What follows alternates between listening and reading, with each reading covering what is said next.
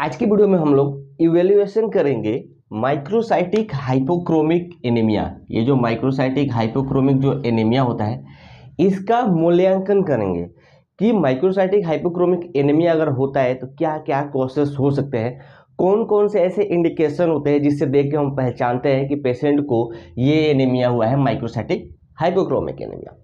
तो चैनल पे बने रहिएगा, चैनल को सब्सक्राइब कर देना, वीडियो को पूरा देख के जाना, बहुत ही नॉलेजेबल वीडियो होने वाली है ये।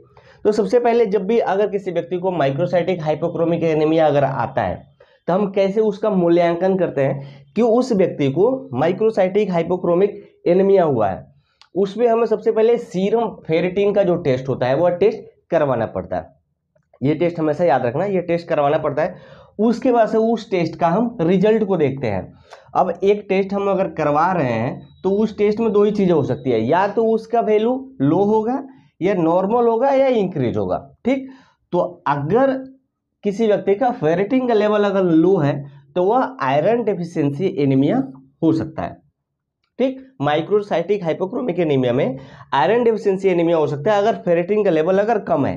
लेकिन वहीं पे अगर आप देखोगे अगर वैल्यू नॉर्मल हो या अगर इंक्रीज हो तो यहाँ पे आपको तीन तरह की एनीमिया आइडेंटिफाई करना होता है। पहला होता है कि शायद पेशेंट को थैलेसीमिया हो या एनीमिया ऑफ क्रोनिक डिसीज हो या सिड्रोब्लास्टिक एनीमिया हो। अब आप देखिए, अगर फेरिटिन का लेवल नॉर्मल है या इंक्रीज है तो उसमें ये तीन तरह के एनीमिया आ गए। अब ये तीनों तरह की एनीमिया में ये आइडेंटिफाई करना है कि एक्चुअली में अब कौन सा एक एनीमिया पाया जा सकता है पेशेंट में।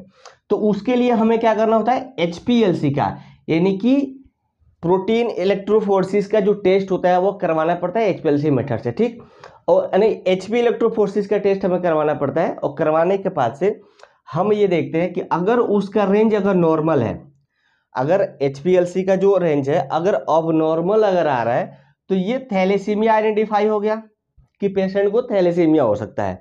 लेकिन अगर रिजल्ट फिर से अगर नॉर्मल आता है तो इसमें दो चीजें हो सकती है। पहला कि एनीमिया ऑफ क्रोनिक डिसीज या सिड्रोब्लास्टिक एनीमिया। अब इन दो एनीमियाज में हमें फिर से आइडेंटिफाई करना पड़ेगा कि एक्चुअली में पेशेंट को कौन सा एनीमिया है। उसके लिए हमें क्या करना पड़ता है, बोन मेरो आयरन स्टेन करके एक टेस्ट होता है, जो टेस्ट करके हमें चेक करना पड़ता है। और फिर उसमें हम चेक करते हैं अगर स्टोरेज आयरन अगर इंक्रीज है तब तो पेशेंट को एनीमिया ऑफ क्रोनिक डिसीज हुआ है। लेकिन अगर जो हमारा स्टोरेज आयरन जो होता है अगर रिंग सिड्रोब्लास्ट अगर दिखाई दे रहा है तो हम मानते हैं कि पेशेंट को सिड्रोब्लास्टिक एनीमिया है। तो कभी भी आप माइक्रोसाइटिक हाइपोक्रोमिक जब किसी व्यक्ति का अगर एनीमिया अगर आता है, आइडेंटिफाई आता है, तो उसको अगर मूल्यांकन करना होता है तो आपको इतनी सारी चीज़ों से जाके जांच करना पड़ता है, तब जाके आप एक कैलकुलेशन पे पहुंचते हो कि एक्चुअली में पेशेंट को कौन सी बीमारी है या कौन से टाइप की एनीमिया आता है, जिसमें शुरुआत होता है फेरिटिन लेवल टेस्ट से। तो उम्मीद करता हूँ आपको समझ में आया होगा कि अगर हमें माइक्रोसाइटिक हाइपोक्रोमिक एनीमिया का अगर मूल्यांकन करना है तो हम कौन कौन से टेस्ट करवा के ये चीज़ें पता कर सकते हैं। तो वीडियो पसंद आया तो जरूर चैनल को सब्सक्राइब कर देना, वीडियो को एक लाइक करके दोस्तों के साथ जरूर शेयर कर देना।